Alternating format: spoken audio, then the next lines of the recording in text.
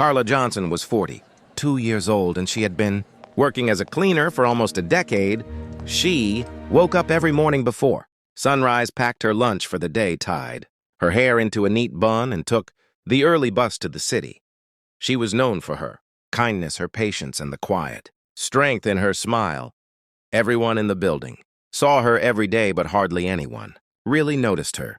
To them, she was invisible, just the cleaning lady, but to her 2 children at home, she was a hero.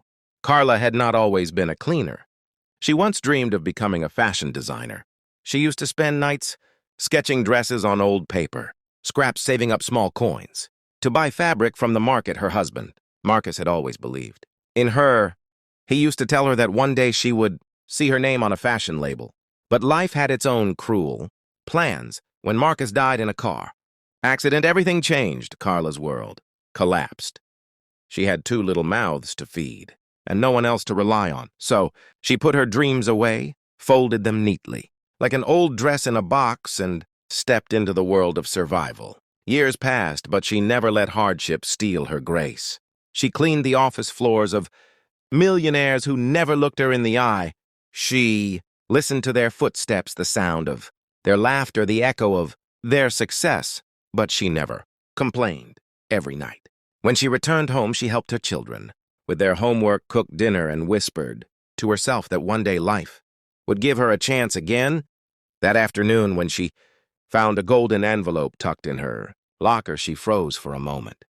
The envelope looked expensive. It had her name written beautifully in gold ink. Her hands trembled slightly as she opened it. Inside was an invitation to Richard Hale's elite gala at the Grand Crest Hotel. She stared at it, confused, wondering if it was a mistake. Maybe someone was playing a prank on her. When she asked Richard's assistant about it, the woman smirked and said, "Oh, Mr. Hale wanted you to have, that he thought it would be funny. You should come." Carla stood there, holding the envelope quietly. Her chest ached, but she smiled politely. "Thank you," she said softly. "I'll be there." Her voice calmed, her eyes full of quiet fire. That night when she got home, she placed the invitation on her small wooden table, looked at her children, and whispered, "It's time they see who I really am." The night of the gala arrived, and the entire city seemed to glow brighter than usual. Expensive cars lined the streets around the Grand Crest Hotel, a place known for hosting only the richest and most powerful people. The sound of laughter and music floated through the air as guests stepped out in shimmering gowns and sharp tuxedos. Cameras flashed, the red carpet gleamed, and waiters rushed back and forth, carrying glasses of champagne. It was the kind of night that made ordinary people stop and stare. Inside the ballroom, everything sparkled. The chandeliers shone like crystal rain, and every corner smelled of roses and luxury. Richard Hale stood at the center of it all, looking like the king of his own world. His suit was perfectly tailored, his gold cufflinks gleamed. Under the light, he shook hands with politicians, laughed with actors, and gave short speeches about success and hard work. The guests adored him, or at least they pretended to. As he walked through the crowd, Richard felt untouchable, surrounded by power and admiration. He was in his element. His friends gathered around him, laughing about their latest business deals and the women they planned to impress. One of them leaned in close and whispered, "Did you really invite your cleaning lady here tonight?" Richard smirked and raised his glass. "Yeah, I did. It was a joke, I doubt she dare show up." The group burst into laughter again. Some even joked about what she might wear, a uniform maybe, or some old church dress. It was all just another source of amusement for them. The music played softly and the guests danced under golden lights. But as the clock neared 8, a strange tension began to rise. The grand doors at the end of the hall opened slowly, and the chatter in the room began to fade. The sound of heels clicking against the marble floor echoed through the silence. Heads turned one by one. Someone whispered, "Who is that?" Another gasped softly. A hush swept through the entire ballroom. Even the orchestra paused for a moment. Richard turned toward the doors, holding his glass half raised, expecting a clumsy joke, a poor woman out of place, but what he saw made his jaw tighten. The woman who stood at the entrance was not the cleaning lady he thought he knew. She was radiant, confident, her presence commanding the attention of every single person in that grand room. The door stood wide open, and every eye in the grand ballroom was fixed on the woman walking. And Carla moved slowly with grace and confidence that no one expected. Her golden gown shimmered under the crystal lights. Each step she took looked like part of a royal parade. The dress hugged her, perfectly flowing down like liquid sunshine. Her hair was styled elegantly, her skin glowing like polished bronze, and her eyes steady, calm, and unbothered. She didn't rush, didn't stumble, didn't even look nervous. She knew exactly what she was doing. The guests whispered in disbelief. Some of them had seen her before, pushing cleaning carts and carrying mops, but none could recognize her now. "Who is she?" someone murmured. "She looks like a movie star." Another whispered, "I think that's the cleaning lady from Hale's office." "No, it can't be." The murmurs grew louder, the whispers turning into gasps as realization spread through the crowd. Richard Hale froze in place. His smirk vanished, replaced by confusion, then shock. His mind refused to believe what his eyes were seeing. The woman he invited, as a joke, now looked like she belonged more than anyone else in the room. His friends exchanged awkward glances, unsure whether to laugh or stay quiet. Richard straightened his jacket, trying to recover his composure, but the look on his face gave him away. Carla walked directly toward him. Her chin was lifted high, her movements smooth and deliberate. Every person she passed turned their head to follow her. Some smiled with admiration, others simply stared as if witnessing something unbelievable. The music had slowed to a gentle hum. The entire hall bathed in a strange silence, broken only by the sound of her heels clicking against the marble floor. When she reached Richard, she smiled, a calm, confident smile. "Good evening, Mr. Hale," she said, her voice soft but strong. "Thank you for inviting me." The crowd around them went completely silent. Her words carried power, not anger, not mockery, just quiet confidence. Richard blinked, trying to find the right words. Carla, I didn't think you would actually come." She kept smiling. "Why wouldn't you sent me an invitation, didn't you?" Around them, people started to whisper again. This time not in ridicule, but in awe. She turned slightly, letting the golden fabric of her gown catch the light, and in that moment the cleaning lady Richard once mocked had become the queen of the night. Richard stood frozen, his usual confidence slipping away as Carla's calm presence filled the space between them. He had been the center of attention just moments ago, but now every gaze in the room was on her. His friends who had laughed with him earlier were silent, shifting uncomfortably. In their suits, the room felt different, the air heavier, as if everyone knew they were witnessing something they shouldn't have been part of. Carla kept her gentle smile. She didn't raise her voice or show anger. She simply stood tall, radiating quiet power. She looked straight into Richard's eyes and said again, "Thank you for inviting me, Mr. Hale."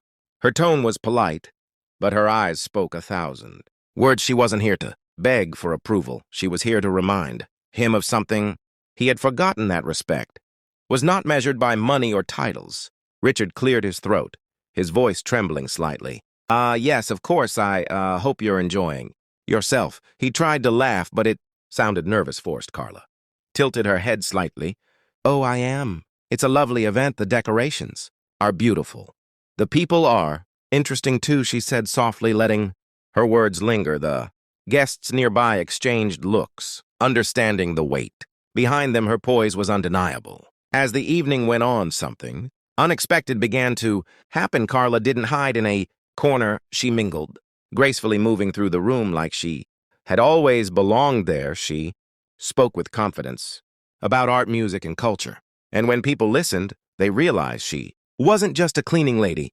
She was educated, thoughtful, and deeply wise. Her laugh was warm, her charm effortless. The more she spoke, the more people wanted to talk to her. A well-known journalist asked her where she learned so much about design and color. She smiled. "I used to study fashion before life took me on another path." The journalist nodded, impressed. "A fashion designer, really? That explains your stunning dress." She laughed lightly. "Just something I put together myself." That one simple line changed the way everyone looked at her. Across the room, Richard watched his joke crumble into admiration mixed with shame. Every eye that once admired him now followed her. Every word she spoke drew people closer while he faded. Quietly into the background, the woman he had invited to mock was now the heart of his own event, and for the first time in years, Richard Hale didn't know what to say. The next morning, the headlines were already spreading across social media. Photos from the gala showed Carla in her golden gown, standing beside famous guests. Smiling with effortless grace, people online were captivated by the story. The cleaning lady who outshone a millionaire, her transformation, became the talk of the city. Within days, she was invited to interviews and fashion. Pages wanted to know more about the mysterious woman who had stunned everyone. At the Grand Crest Hotel, Carla's life began to change quickly. She went to Leonard Davis's office just like he asked. She was nervous at first, but when she showed him her sketches designs she had kept hidden for years, his reaction was immediate. He saw the creativity, the detail, the soul in her work. Within weeks, she was hired as a junior designer, and for the first time in her life, Carla felt like she was exactly where she belonged. Her children were proud. They had always known their mother was special, but now the world knew it too. Carla poured her heart into her work. She spent long hours designing pieces inspired by real people, not models or celebrities, but women who worked hard every day, women who were strong, graceful, and full of dignity. Her first clothing line was a tribute to them, it was called. Rise, a collection celebrating perseverance and beauty through struggle. The launch of her line was a success.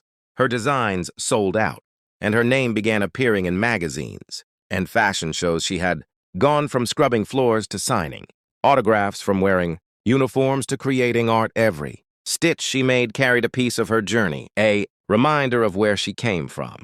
Meanwhile, Richard Hale couldn't escape the consequences of his actions. Word spread about how he had mocked Carla before the gala and how she had turned the tables with grace. The media praised her but criticized him. He tried to defend himself, but the damage was done. His arrogance had been exposed, and people saw him differently now. Investors lost trust. His reputation weakened, and his pride took a heavy blow. Weeks later, he sent Carla a short message filled with humility and regret. I am sorry for what I did. You taught me that class has nothing to do with wealth. I hope life gives me the grace to be better. She read the message, smiled softly, and replied, apology accepted. We all learn our lessons in different ways. Months passed, and Carla's story continued to inspire people. Everywhere, her journey, from cleaner to celebrated designer, became a symbol of hope and dignity. She was invited to speak at schools and women's events, sharing her experience with honesty and warmth. Every time she stood on a stage, she reminded people that dreams never die. They simply wait for courage to find them. Again, she didn't speak with bitterness.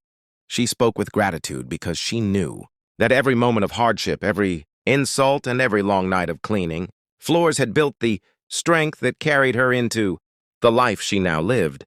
In one interview, a reporter asked her, "What do you think was the turning point for you?" Carla smiled and said, "The moment I decided not to be angry at those who looked down on me. I realized that dignity doesn't come from the job you do, but from how you carry yourself. When you know your worth, no one can make you feel small." Those words went viral across social media, touching millions of hearts. Her fashion brand continued to grow, and she hired several women who, like her, once worked cleaning jobs or in factories. She wanted to give them the chance no one had given her. Each piece in her collections carried a story of resilience and self. Her respect people didn't just wear her clothes, they wore her message. Richard Hale, on the other hand, had changed quietly. He no longer hosted loud, extravagant parties or laughed at others' expense. He started a charity foundation to support education for underprivileged women and named it the Carla Initiative as a gesture of respect. When a journalist asked him why he chose that name, he said, "Because she reminded me that character matters more than success." Carla never sought revenge. She didn't need to. Life had already balanced the scales in its own perfect way. One evening, as she stood by her apartment window looking out at the city lights, she thought about how far she had come. She whispered softly, "Thank you to the universe, to fate, and to the strength inside her that never gave up."